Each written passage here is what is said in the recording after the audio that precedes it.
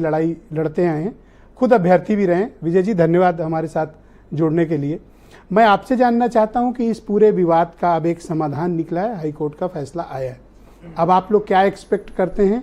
और बीते दिनों आपका संघर्ष जो था उसमें क्या तकलीफें झेली थी आप लोगों ने? सर, पहले तो भारत समाचार और आपको बहुत बहुत धन्यवाद कि टीआरपी के दौर में आपने इस विषय को चुना। और भारत समाचार पहले दिन से 2017 से ये मामला हमारा चल रहा है और लगातार कोई दिन ऐसा नहीं गया जब हम लोग सड़कों पर रहे और भारत समाचार पे हमारी खबर ना चली हो। जहाँ तक भर्ती की बात है, मैं आपको अवगत कराना चाहता हूँ कि 2018 से ये प्रक्रिया शुरू हुई चयन की और 2020 में नियुक्ति के लिए पूरी लिस्ट जारी कर दी गई। और पहले दिन से ही हम लोग 2020 से इस बात को हर मंच पे कहते चले आए कि इसमें आरक्षण में विसंगति हुई है, आरक्षण में गड़बड़ी हुई है। बेसिक शिक्षा विभाग का सर कोई ऐसा अधिकारी नहीं हुआ जिसके पास हम लोग अपना ज्ञापन लेकर न गए हों। भाजपा सरकार में कोई ऐसा मंत्री नहीं होगा, मंत्री की बात छोड़ी कोई प्रवक्ता नहीं बचा होगा जिसके पास हम लोग अपना ज्ञापन लेकर न गए हों कि सर इस बात को ऊपर तक पहुंचाइए, इसमें आरक्षण में गड़बड़ी हुई है।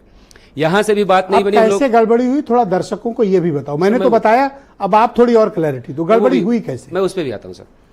जो ये लिस्ट बनाई गई, अभी 33,000 34,000 का जिक्र हो रहा था कि 69,000 का जो अनारक्षित वर्ग की सीटें जो होंगी 34,589, उसमें जो बीजेपी के आदरणीय प्रवक्ता हैं समीर सिंह जी, इन्होंने कहा कि उसमें 13,000 के समथिंग ओवरलैपिंग हमने करवाई।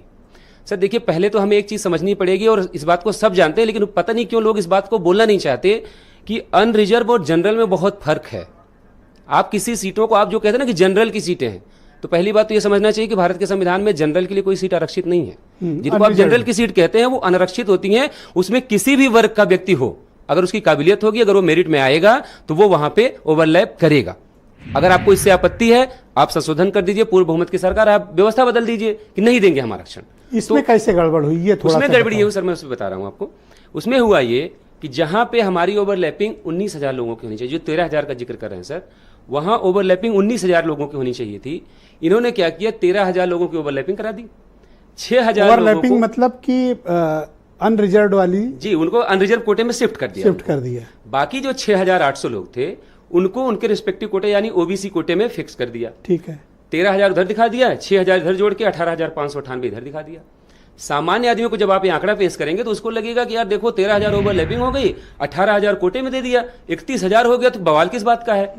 जब हम लोगों ने मुख्यमंत्री जी ने भी ये बात कही थी कि 31,500 जॉब दी गई। बिल्कुल, मैं उस पर आप मानते हैं कि इतने ओबीसी को जॉब मिली हुई है? मैं कह रहा हूं 69,000 में से 31,500 हुई है। और वो 13,000 लोग नहीं, 19,000 लोग अपनी काबिलियत से अनरिजर्व सीटों पे जाते। बिल्कुल ठीक। लेकिन आपने एक साजिश के तहत 13,000 पे उनको रोक दिया और 6,000 उनके कोटे में शिफ्ट कर दिए। और ये बात 29 अप्रैल 2021 को राष्ट्रीय पिछड़ा वर्ग आयोग ने मानी, 23 दिसंबर 2021 को माननीय मुख्यमंत्री जी ने मानी, हमारे 5 सदस्यीय प्रतिनिधि मंडल के साथ, जिसमें मैं भी शामिल रहा। 1 घंटे मीटिंग और मुख्यमंत्री जी का कहना था कि जो समस्या हुई है, हम आपका समय तो नहीं लौटा सकते लेकिन हम आपको न्याय देंगे।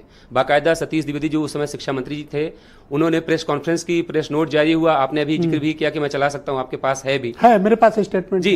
इतना सब कुछ होने के बाद सतीश द्विवेदी ने एक्सेप्ट किया था कि विसंगति, बिल्कुल खुल के किया था और प्रेस नोट मीडिया में सबको बताया भी।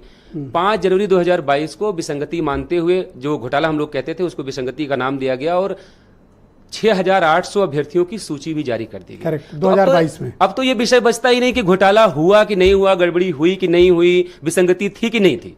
जिस बात को एनसीबीसी ने मान लिया, पिछड़ा वर्ग आयोग ने मान लिया, मुख्यमंत्री ने मान लिया, हाईकोर्ट की सिंगल बेंच ने मान लिया और रिसेंटली अभी डबल बेंच ने भी मान लिया। तो अब तो ये बहस खत्म हो जानी चाहिए कि विसंगति हुई कि नहीं। दूसरा एक जो जिज्ञासा है, मीडिया की जिज्ञासा के हिसाब से बता रहे, आप लोग चूंकि उसमें बहुत डीप एनालिसिस करते हो, आपको पता है कितनी ऐसी सीटें हैं जहां पर ये ओवरलैपिंग आपके हिसाब से हुई है? कितने अभ्यर्थी? देखिए, हम लोगों का जो नंबर टोटल कितना होगा? 34,589 सीटें थी, जिसमें अगर फेयर सिलेक्शन होते तो उसमें 19,000 हमारे ओबीसी के लोग ओवरलैपिंग करके जाते। लेकिन इन्होंने एक साजिश के तहत उसको 13,000 के आंकड़े पे रोक दिया, बाकी लोगों को उनके 18,598 के कोटे में शिफ्ट करके ये आंकड़ा दिखा दिया। देखिए, हमने 27% रिजर्वेशन दे दिया और 13,000 लोगों। अच्छा, इसी को अगर आधार मान लें तो 13,598 जी, ये ओवरलैपिंग है। बिल्कुल। तो नई जो मेरिट लिस्ट आएगी तो जो चयनित है 13,598 उनको हटाकर ही तो आएगी, करेक्ट? नहीं सर, देखिए जो 13,000 लोग हैं वो तो वहां पे रहेंगे ही रहेंगे। ओके। अब जो 6,800 लोगों को इन्होंने कोटे में शिफ्ट किया है, जब ये ईमानदारी से लिस्ट बनेगी तो ये अनरिजर्व सीटों पे जाएंगे। नहीं, मैं थोड़ा कंफ्यूज हो रहा हूं भाई, सारा सीटें तो आपको 69,000 के ही भीतर करनी है ना, एक सीट भी नहीं बढ़ा सकते आप। मैं उसी को थोड़ा सा समय दे, मैं अब एक उसको सीट नहीं confirm बढ़ा कर- सकते, मैं उसी इस को वक्त तो confirm नहीं कर- बढ़ा सकते, आपसे लूंगा मैं आपके पास मैं उसी आऊंगा। के साथ थोड़ा सा मुझे समय दीजिए, मैं कंफर्म कर देता हूँ जो आप कहना चाह रहे हैं कि ये जो 6,800 गड़बड़ियां हुई हैं, जब इनको वहां पे शिफ्ट करेंगे ना अनरिजर्व कोटे में, तो जो 6,800 इन्होंने अनरिजर्व जो जनरल सामान्य वर्ग के लोग हैं, जिनको सर कहते हैं जनरल वर्ग की सीटें, जो 6,800 सामान्य वर्ग के लोग 4 साल से पढ़ा रहे हैं, तो जब फेयर लिस्ट बनेगी तो वो 6,800 लोग इस भर्ती प्रक्रिया से बाहर चले जाएंगे। मतलब ये वो खतरा उनके ऊपर उनकी है। जॉब जाएगी ना, बिल्कुल जाएगी, डेफिनेटली 6,800 बिल्कुल जाएगी, और हम लोग इस बात को मानने वाले हैं और हमने हर जगह इस बात को बोला है कि देखिए उनका चयन, उन्होंने जाली दस्तावेज तो लगाए नहीं है सर, फर्जीवाड़ा सब करके काबिलियत नहीं से ली है है। उन्होंने। हाँ।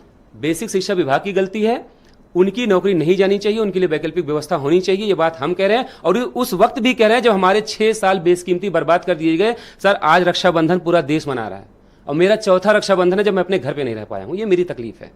और लगातार 21, 22, आज 23, काफी 24 क्लैरिटी दी। एक्चुअली ये बड़ा टेक्निकल विषय भी है, जी सर। इसको समझना भी उतना ही मुश्किल काम मुझे है। 30 और सेकंड में दर्शकों- सर मैं कंक्लूड कर दूं आप अपनी 20 बात। सेकंड में बात खत्म करो जी बस 20 सेकंड मुझे चाहिए। जहां तक ये बात हो गई कि उनकी व्यवस्था होनी चाहिए, एक और बात महत्वपूर्ण करके मैं खत्म कर देता हूं अपनी बात कि इस सारे प्रकरण में दोषी कौन है इसका आज तक किसी को नहीं पता चला। सर ने कहा कि मानवीय भूल है, मैं कह रहा हूं मानवीय भूल हरियाणा में हुई, मुख्यमंत्री को जेल जाना पड़ गया। हमारे यहां 6,800 पद लूट लिए गए, कोई अधिकारी जो दोषी है उसका नाम किसी को नहीं पता। सर आपको पता हो तो मुझे बता दीजिए, मैं अपने लोगों को बता दूंगा और सारे लोग जुड़ के देख तो रहे उस होंगे। वक्त डीजी तो वही थे ना, विजय विजय किरण आनंद जी थे, वही थे। सरकार की तरफ से सतीश कोई द्विवेदी तो है मिनिस्टर जो थे। बता दे कि ये हाँ कोई इस रॉकेट अधिकारी साइंस से थोड़ी है, गलती हुई। सबको पता है। नहीं क्लियरिटी तो सरकार, जैसे आप देखिए गोमती नगर में घटना हुई, हाँ। पटक के सामने रख के नाम बता दिए गए कि किसने गलती की, 15 लोगों के नाम आए, सबको खुशी हुई, ऑल जिसने राइट, अपराध किया शुक्रिया चले गए। आपका। मैं सुलोचना मौर्य